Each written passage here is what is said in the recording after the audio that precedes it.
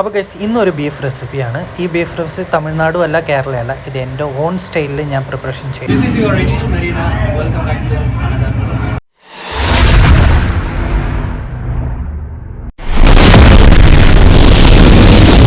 അപ്പോൾ നമ്മൾ ബീഫ് ഇതേ കഴുകിയെടുത്ത് മസാല സബോളയും തക്കാളിയൊക്കെ ഇട്ടിട്ട് ഒരു 10 വിസിലെടുത്തെടുക്കാം. അപ്പോൾ ആ ബീഫ് വിസിലൊക്കെ എടുക്കുന്ന സമയത്ത് നമുക്ക് ഉള്ളി ഒന്ന് വറുത്തെടുക്കാനുണ്ട്. അപ്പോൾ സബോള വറുക്കാനായിട്ട് ഓയിൽ ഒഴിച്ച് കൊടുക്കുന്നുണ്ട്. അപ്പോൾ ഓയിലൊന്ന് ഹീറ്റായി വരുമ്പോൾ കരിവേപ്പില ഇട്ട് കൊടുക്കുന്നു. അതുപോലെ തന്നെ സബോള ഇട്ട് കൊടുത്തിട്ട് ലേശം ഉപ്പ് ഇട്ട് കൊടുത്തിട്ട് നമുക്ക് നല്ലപോലെ വാറ്റിയെടുക്കാം. നല്ലോണം വറുത്തെടുക്കണം. അപ്പോൾ ഇനിയിപ്പോൾ ഇതിലേക്ക് ലൈറ്റായിട്ട് ഉപ്പ് നമുക്ക് ആഡ് ചെയ്യാം. അപ്പോൾ ഉപ്പ് ആഡ് ചെയ്ത് നല്ലപോലെ നമുക്ക് വറ്റൽമുളകും ആഡ് ചെയ്ത് വറുത്ത് കൊടുക്കുകയാണ്. അപ്പോൾ സബോള വറുത്ത് മാറ്റിയിട്ട് നമുക്ക് അതേ വെളിച്ചെണ്ണയിൽ തന്നെ പച്ചമുളക്, കരിവേപ്പില, ഇഞ്ചിയും വെളുത്തുള്ളിയും തട്ടിയത് ചതച്ചതാണ്, അത് ആഡ് ചെയ്ത് കൊടുക്കുന്നുണ്ട്. അതൊക്കെ ഒന്ന് ഒരു 1.5 മിനിറ്റ് നല്ലപോലെ ഒന്ന് വാട്ടിയതിന് ശേഷം നമുക്ക് സബോള ആഡ് ചെയ്ത് കൊടുക്കാം. സബോള ആഡ് ചെയ്തിട്ട് ലേശം ഉപ്പ് ആഡ് ചെയ്ത് കൊടുക്കുക. ഇത് നല്ലപോലെ ഒന്ന് വഴണ്ടി വരുമ്പോൾ നമുക്ക് അടുത്ത ഇൻഗ്രീഡിയൻസ് ആഡ് ചെയ്യാം. അടുത്ത ഇൻഗ്രീഡിയൻറ്റ് നമുക്ക് ഇഞ്ചും വെളുത്തുള്ളിയുടെ പേസ്റ്റാണ്. അപ്പോൾ ഇതൊക്കെ നല്ലോണം വഴണ്ടി വന്നിട്ടുണ്ട്. അപ്പോൾ നമ്മൾ ഇഞ്ചും വെളുത്തുള്ളിയുടെ പേസ്റ്റ് റെഡിമെയ്ഡ് പേസ്റ്റാണ്, അത് ആഡ് ചെയ്ത് കൊടുക്കുന്നത്.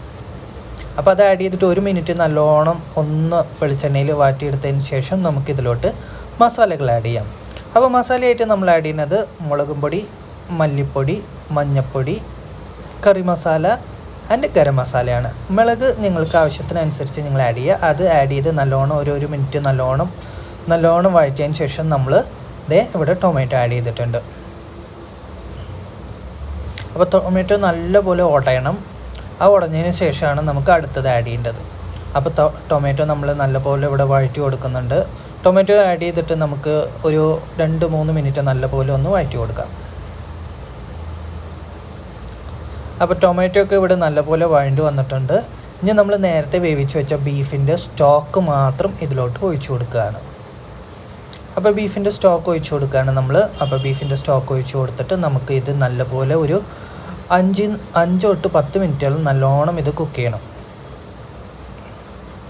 അപ്പോൾ അത് നല്ലപോലെ കുക്ക് ചെയ്ത് വന്നതിന് ശേഷം നമുക്ക് ഇനിയിപ്പോൾ ഇതിലോട്ട് ബീഫ് ആഡ് ചെയ്യാം. ബീഫ് 1 കിലോ ബീഫാണ് ഇതിലുള്ളത്. അപ്പോൾ ബീഫൊക്കെ ആഡ് ചെയ്തതിന് ശേഷം നല്ലപോലെ ഒരു 10 മിനിറ്റ് നല്ലപോലെ ഇത് നല്ലോണം കുക്ക് ചെയ്തതിന് ശേഷം നമ്മൾ നേരത്തെ വറുത്തെടുത്ത് വെച്ചിട്ടുണ്ടായിരുന്ന ആ സബോള ഇതിലോട്ട് ആഡ് ചെയ്യാണ്. ഫ്രൈഡ് ഓണിയൻ ആഡ് ചെയ്യാണ്. അപ്പോൾ ഫ്രൈഡ് ഓണിയൻ ആഡ് ചെയ്തതിന് ശേഷം നമുക്ക് വീണ്ടും ഒരു 10 മിനിറ്റ് മീഡിയം ഫ്ലെയിമിൽ വെച്ചിട്ട് തന്നെ കുക്ക് ചെയ്യണം.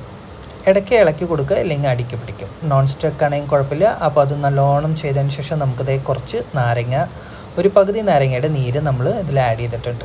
അപ്പോൾ അത് ആഡ് ചെയ്ത് ഒരു 5 മിനിറ്റ് കഴിഞ്ഞപ്പോൾ നമ്മളിത് മല്ലിയില ആഡ് ചെയ്തു. അപ്പോൾ ഇതാണ് എൻ്റെ സ്റ്റൈലിലുള്ള ബീഫ് റെസിപ്പിയാണ്.